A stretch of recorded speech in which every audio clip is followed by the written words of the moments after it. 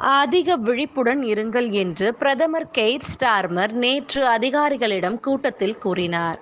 விரைவான தண்டனை மற்றும் அதிகாரிகளின் சரியான பணியமர்த்தல் சந்தேகமில்லாமல் நிலைமையை கட்டுக்குள் கொண்டு வந்தது.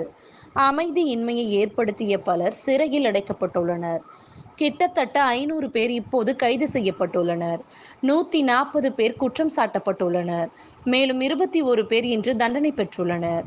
மேலும் லண்டனில் நடந்த ஆர்ப்பாட்டத்தில் கருத்து தெரிவித்த கவுன்சிலர் சஸ்பெண்ட் செய்யப்பட்டு போராட்டத்தை ஊக்குவிப்பதாக சந்தேகத்தின் பேரில் கைது செய்யப்பட்டார். 15 நாட்களில் வன்முறையில் ஈடுபட்ட 10 பேரின் புகைப்படங்களை வெளியிட்ட காவல்துறை. கிரேட்டர் மான்செஸ்டரில் வன்முறையில் ஈடுபட்டவர்களுடன் பேசிய நபர்களின் படங்களை போலீசார் வெளியிட்டுள்ளனர்.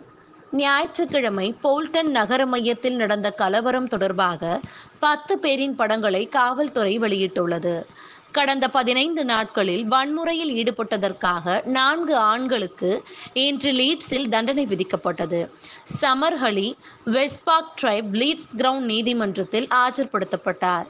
அவருடன் லீட்ஸில் உள்ள ஸ்பெயின் வங்கியை சேர்ந்த அட்னான் கபூர், ஜோர்டான் பார்லர் இவர் மத வெறிப்புணர்வை தூண்டும் வகையில் எழுதப்பட்ட விஷயங்களை வெளியிட்டதாக அவர் மீது குற்றம் சாட்டப்பட்டுள்ளது.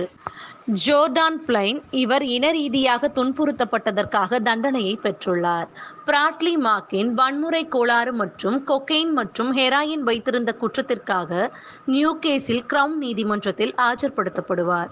நார்த்தாம்ப்டன் கிரவுன் கோர்ட்டில் டைலர் கே இன வெறுப்பை தூண்டும் வகையிலும் அவமதிக்கும் வகையில் எழுதப்பட்ட விஷயங்களை வெளியிட்டதற்காக குற்றவாளி என தீர்ப்பளிக்கப்படுவார்.